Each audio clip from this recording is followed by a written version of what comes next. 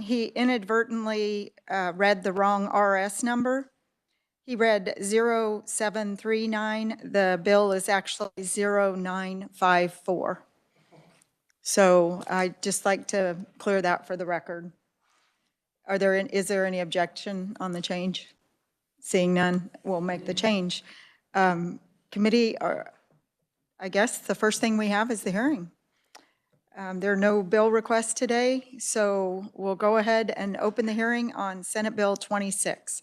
In committee, hopefully we will have time to work the custom meat bill today too.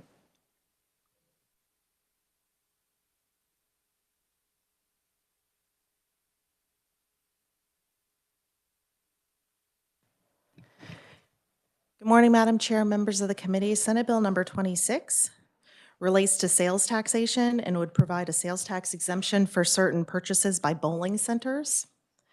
Specifically, the bill would amend KSA 793606 to add a subsection quadruple X, which you would find on the last page of your bill.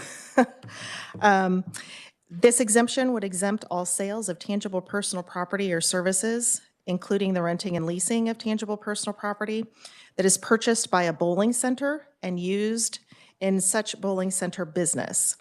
For purposes of the exemption, a bowling center business would include the operation of a bowling alley and associated food and beverage operations, vending machines, bowling-related merchandise sales, pro shop services, shoe rentals, arcade and video games, and pool tables. But the exemption would not apply to miniature golf or go-kart related items. And the bill would take effect from and after publication in the statute book, and I'd be happy to stand for questions.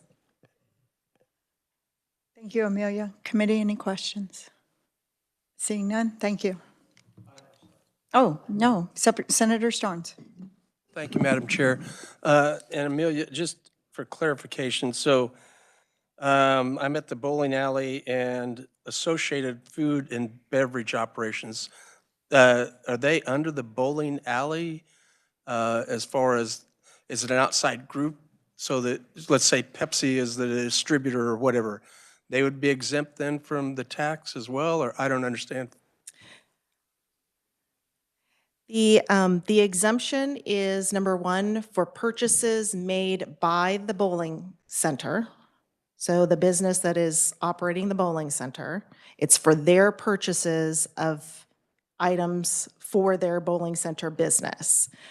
This does not extend to someone who is a customer of the bowling center who's coming to bowl. This does not exempt their purchases. Thank you, Amelia. Committee, any other questions? Seeing none, thank you. Our first conferee is Frank DeSocio. Welcome, Frank. Good morning. Good to see you again. You too. Good morning, committee. Thank you for the time. I will not read off of that. I'll give you my 20,000 feet. We've been doing this for years. I've been in the bowling business since 1982. We never thought about this. We always knew that the hotels didn't pay for didn't pay sales tax on toilet paper, but we already pay sales tax on bowling. And what we're looking for is just help like a pin setter. So if you buy parts for pin setters, that produces the game of bowling. So in a sense, we get taxed on that and then taxed again on the game.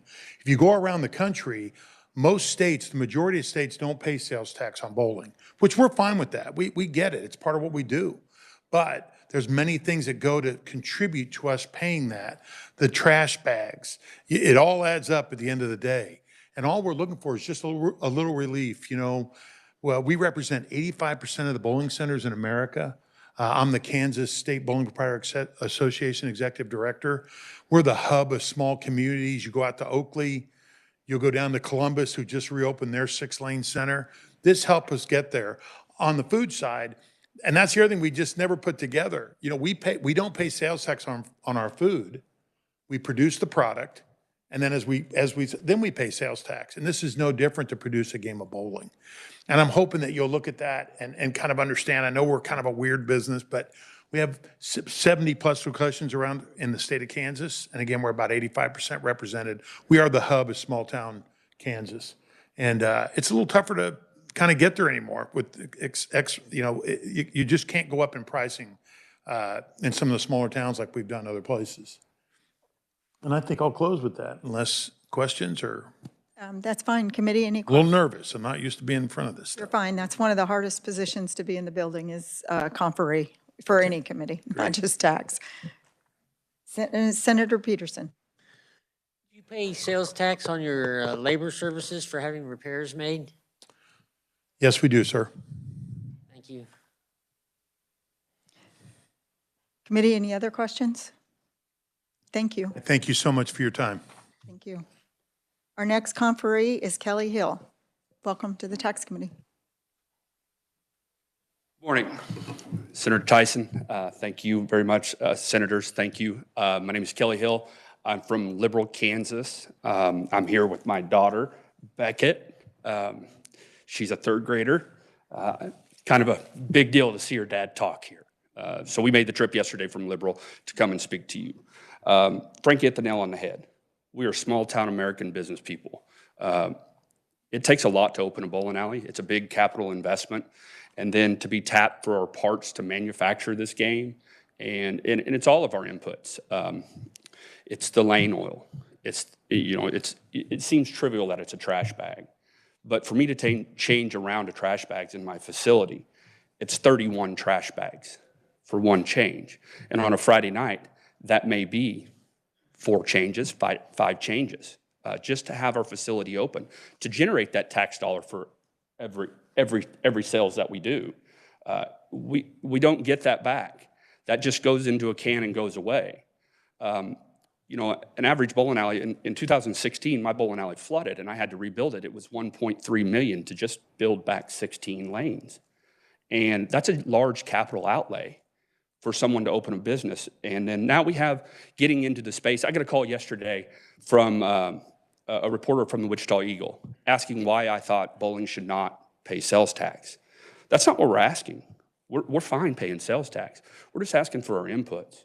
It's in the food business, in my restaurant, I do not pay tax on the food. Even before the food tax bill went through, I'd never paid tax. I manufactured the plate, I put it out, I sold it, and then I paid at the end of the day on that product. But that's not what we're doing in bowling. Other industries we're not asking for anything more than other industries are already getting. We just want that level playing field, and that allows us to keep our product cheap and allow that source of entertainment in small town America. And that's why we're here today. This will be a big bill for a lot of people that helps them keep the doors open because it's just a little bit more that could go in their pocket and make it worthwhile. If you have questions, I'll take them today. Committee, any questions? Senator Warren, then Senator Clem. Where, actually, I but did. that's I fine. put an N on that every time. Senator knew Ware. So I'm just wondering, do we have a fiscal note on this? We do. It's approximately $1.2 million.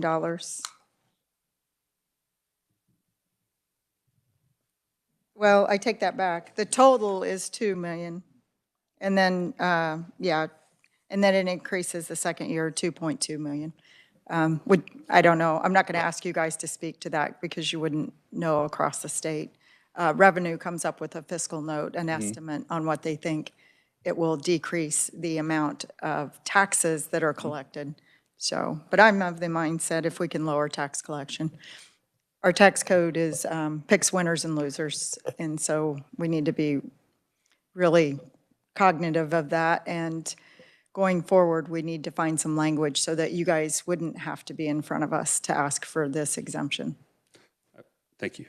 Yeah. I will speak to that just to a little bit. I'll tell you yesterday on my drive up, it's time. We have to replace these parts that go into it. Yesterday I bought bowling balls, house bowling balls from my facility. It was $6,400.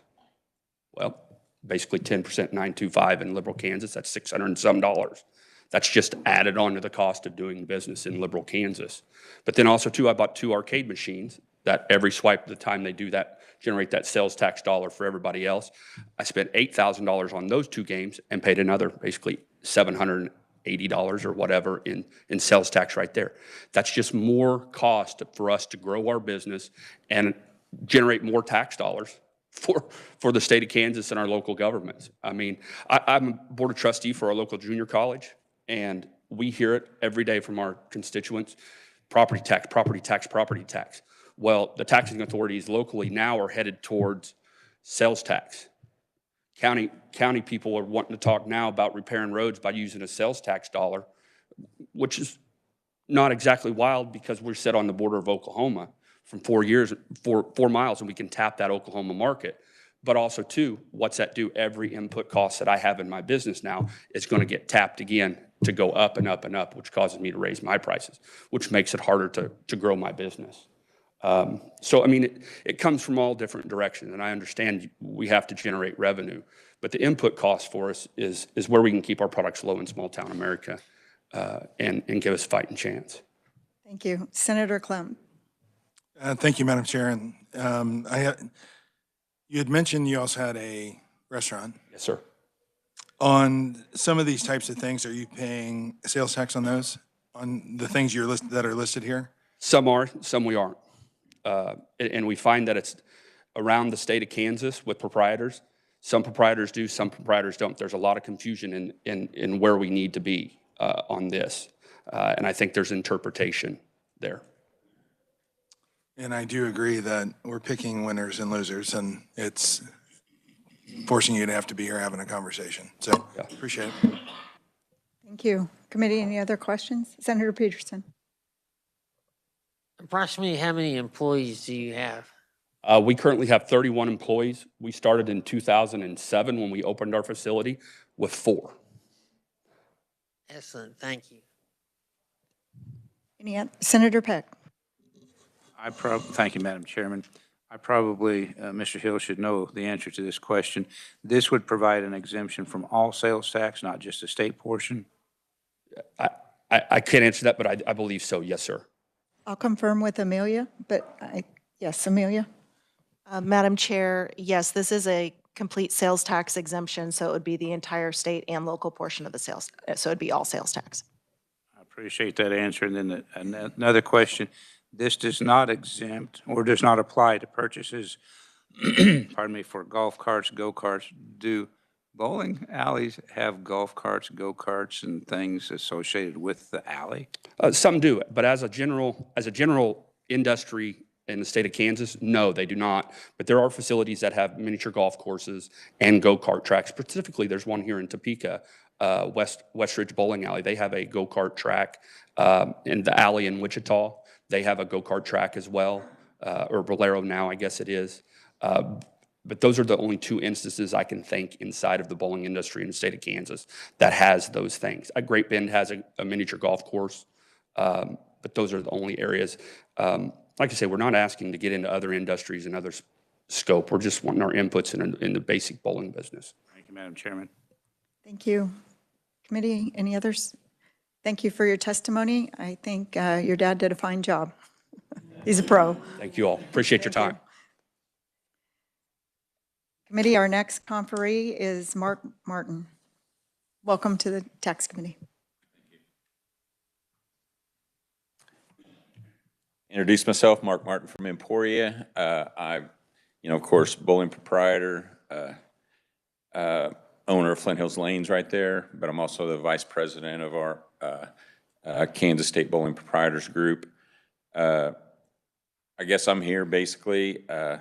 I'm not a high-profile speaker. I'm just a poor old bowling proprietor trying to make a living. Okay. If you didn't know, bowling centers are the original social network. We can look down at our phones all day long, but the community's met at a bowling alley if you go back through the books and through the years. And believe it or not, with what some of the industry and stuff that we're dealing with in Emporia right now, that's happening again. I mean, we've just lost 1,200 jobs out of our community, and I hope I'm not one of them. Okay. From that, this sales tax deal is a good thing. My parents owned a motel and restaurant, when growing up, and we didn't pay sales tax on some of these things. And as I entered the bowling business, very confusing part of hey, why are the restaurants, why are the motels getting something I'm not getting? The local movie theater getting something I'm not getting. Very, very confusing, but at the same time, we're not asking for anything extra. We're just wanting to be an equal. I do like the term that you guys, and I've learned today, winners and losers. And right now, we're losing. And I can't say it enough that, you know, every one of you probably have been to your local bowling center. All of us deserve to go in and knock down a few pins to, you know, maybe we had a bad day, maybe just take a little frustration out, whatever that is, and that's what we're there for. But we're also there to mend the community. We're just not asking for anything that others aren't getting, and all I can do is say thank you for your time today. This has been a very good honor. Thank you. Thank you. Committee, any questions? Seeing none, thank you very much. Committee, I'll draw your attention to, there's no written testimony. We do have an opponent, Spencer Duncan. Spencer, welcome. I think it's your first time this year, isn't it? I don't know if that's good or bad for all of us. I don't know. I like coming to this committee. I know people think they don't believe that when I say it, but it's true. I guarantee you we're going to see you again once I introduce one of the bills I'm working on. Well, I am Spencer Duncan with the League of Kansas Municipalities representing the cities of Kansas. I really here just this morning want to sort of express two concerns and then offer you, as I have before, an alternative path if you so choose to take it. The first is, traditionally, we have always tried to have a threshold when we give sales tax exemptions in Kansas. Now, we've gotten off the beaten path a little, which I'll talk about in my second concern, but usually that threshold is we tend to give these to nonprofits, government entities, or other organizations that are serving some societal good, because that's the purpose of the sales tax exemption, to benefit their organization and the good they're trying to do in our communities. Some of the private for-profit exemptions we've given at times have had other purposes. For example, while we didn't like this one either, last year this legislature gave to the telecommunications industry a sales tax exemption on new builds. But the rationale behind that, and time will tell, we hope, is that they were going to reinvest that $17 million of savings every year into building new lines in underserved areas of our communities to enhance broadband and other services in rural Kansas and other spots. So that was part of that rationale. I'm not sure what threshold this meets if that's our objective. We can all sit here and agree, none of us like to pay taxes. It is a cost of doing business. None of us want to do it. And our goal, I know sometimes you don't believe it, cities, is to also continue to lower taxes.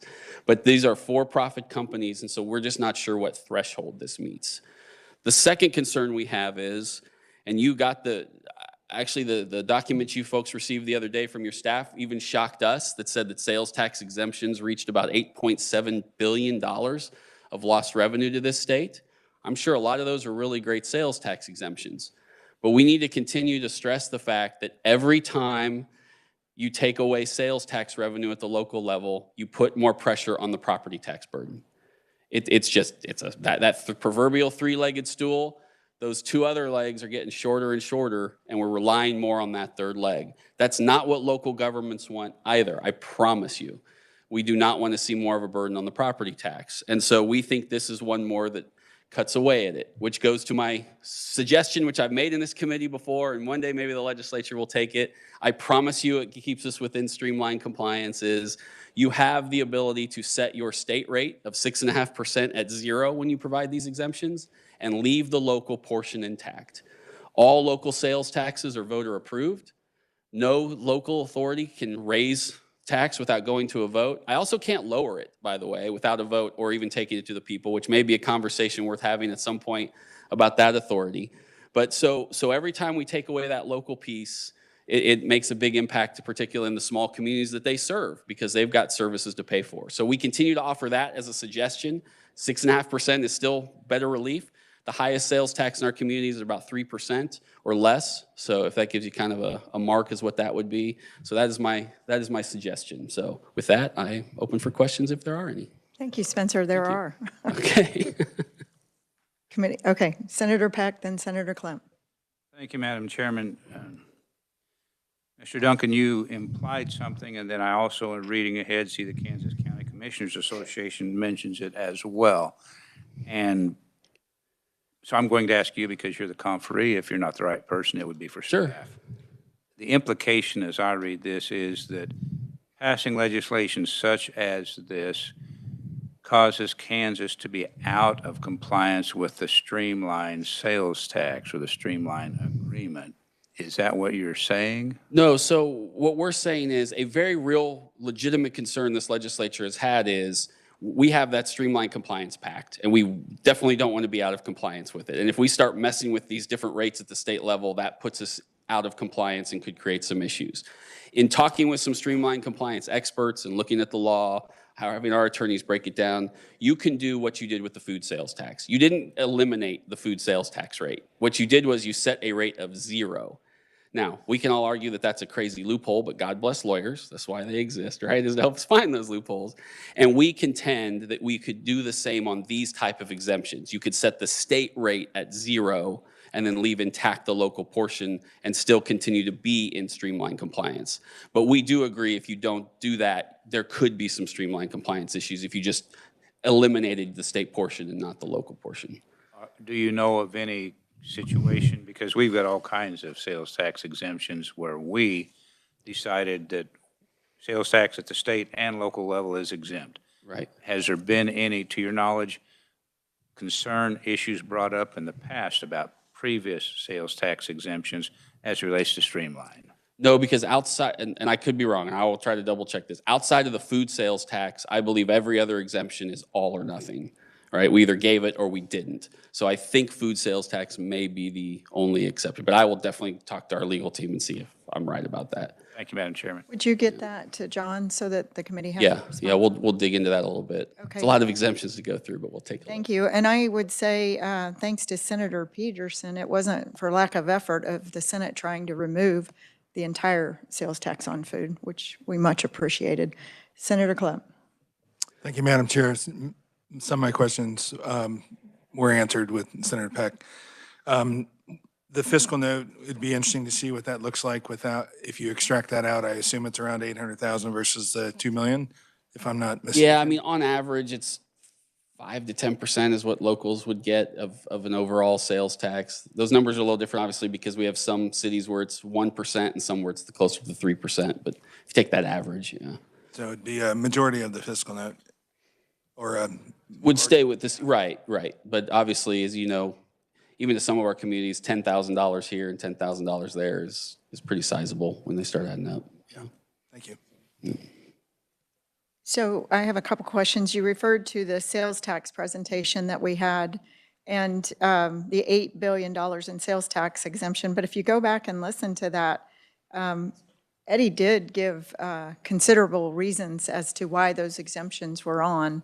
It wasn't just, yeah. I think, for instance, the one that was given to telecommunications, and I'm not picking on them, this is the most recent. I wish we would sunset some of those to make sure that the reason we gave it is actually, 10 years later, go back and say, oh, we gave it for this purpose. 10 years later, you're doing it, or, oh, you didn't do it. We should have said, right? No, and the committee Hindsight's is, awesome, but. no, the committee is going to take a look at, Yeah, a very yeah. aggressive look at And I that. think that would solve some of those issues to let you folks review, okay, it's working or it's not. Let's take another look. But No, like I said, we've got a lot queued up for this session. I think we're going to run out of time, actually. But so another question I would ask you, though, is the presentation was value added versus sales tax, and Kansas does not do value added. But this is a type of value added. It's basically their machinery and equipment are being taxed. I mean, the products that they have to have in order to run their business is being taxed before they produce the final service or product.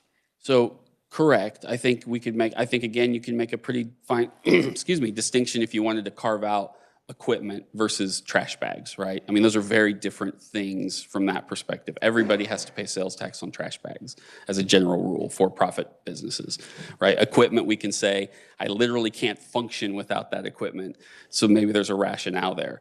I think as you talk about winners and losers, what frustrates, to my point earlier, to cities is any sales tax we pass is uniform to everybody. There's no exceptions.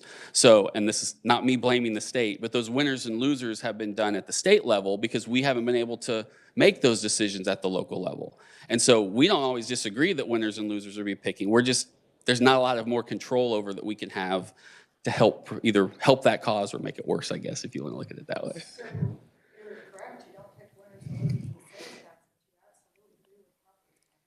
And I'm sure we're going to have that discussion at some point, and we have before. And you know, I'm always ready to have that conversation too.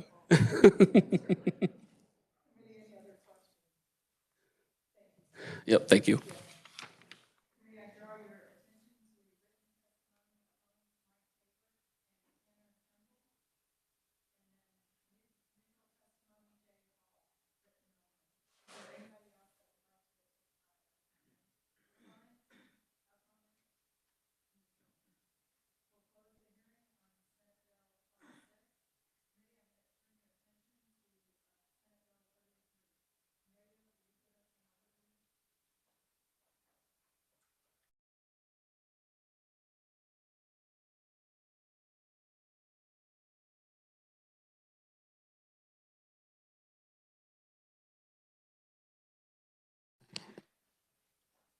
Madam Chair, Senate Bill number 33 relates to sales taxation and would exclude certain custom meat processing services from the enumerated services subject to sales tax.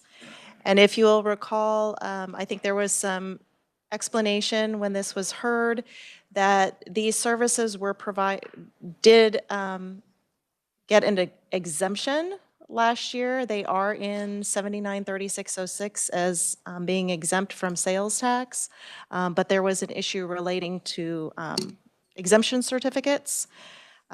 This particular bill would amend the imposition statute, 793603, to exclude these services from the imposition of sales tax. Committee, any questions? Senator Ware. I have a kind of general question that I think also applies here. What is the distinction, or is there one, between sales tax and retail sales tax? Amelia or Eddie or? Madam Chair, I guess it depends on how formal we are being when we are discussing this topic. If you read the actual statute relating to the imposition, I'm not, actually, it may not even say that. I think some people would refer to it as a retailer sales tax. Sales tax is the same thing. It's the sales tax that a retailer collects on the sale of goods or services. I think it's somewhat like the terminology is used interchangeably, is what I would say. Senator Ware. Yeah, and so it seems like it would clear up a lot of these questions if we said, when we're talking about sales tax, whichever way we want to label it, that there is an end customer involved. Because some of these are interim, transactions before we get to that end customer, and that's what this is talking about. That's what no? No, I'll let Amelia explain. Thank you. Okay. I guess there is a little bit of the two components here that you may have heard. The retailer sales tax is collected by the retailer, but it is paid by the consumer or the purchaser. And this particular bill would exclude from the imposition of sales tax on these particular services. And the issue was that under the law, I'm sorry, Amelia, we've already excluded the sales tax. It's the form that this deals with, if I may. okay. I'm sorry. So no, that's okay. So there is an exemption, correct, from last year for exempting these services from sales tax.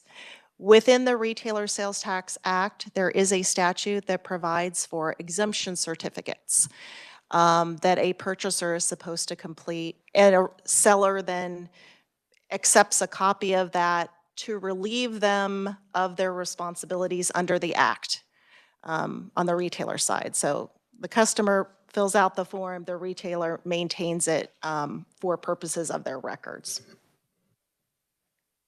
It's still confusing, isn't it, Senator Ware? Well, it was just kind of more general, because we're talking about something somewhat similar with the bowling alleys.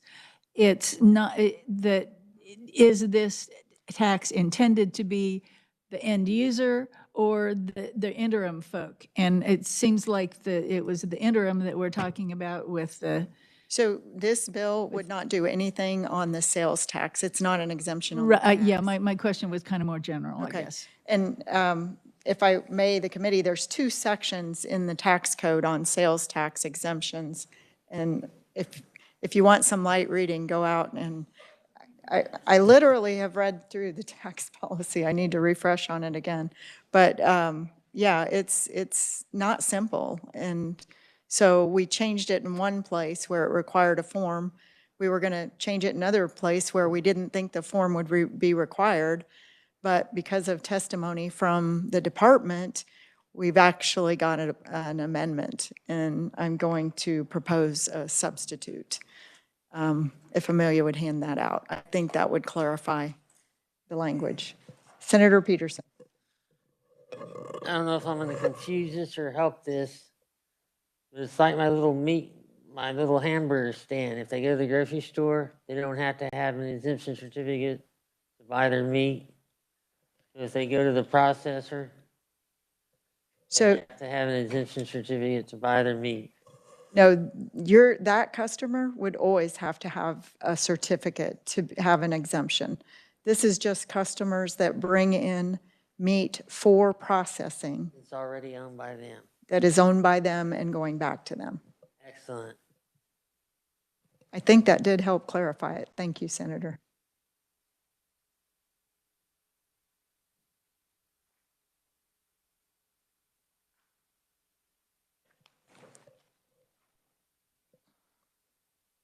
So committee, when Amelia gets these handed out to the committee, I will have her explain it. Instead of trying to change it in the 2 sections of the sales tax, we're going to the certificate section and just making it clear.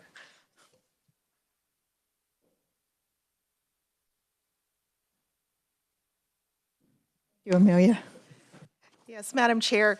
Yes, this proposal would be a substitute bill.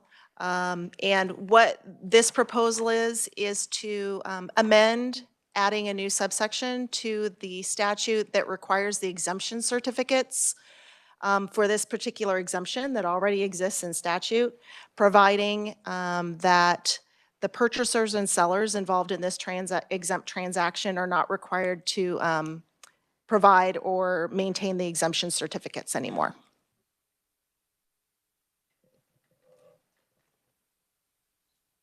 Committee, any questions? I know it's a little different avenue, but it is the same end, that they would not require the certificate, and it is dated the 24th when this legislation went into law. That way, if any of the small processors inadvertently did not get the forms for some reason, they would not be prosecuted. I think most of them have collected the forms, though. I know when I took my meat in, I paid the form.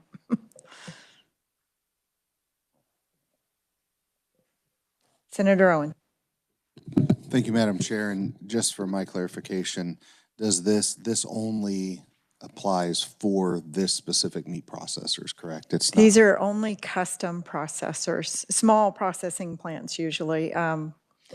Yes. I And just wanted to make sure this wasn't applying to others and relieving them of that requirement. And now that I see 3606 RRRR, I realize it applies just to this. So thank you. no, I'm glad you asked. I know there was somebody that tried to hold the bill up last year because they thought it would exclude the big processors. No, this does not exempt them at all. Senator Schallenberg.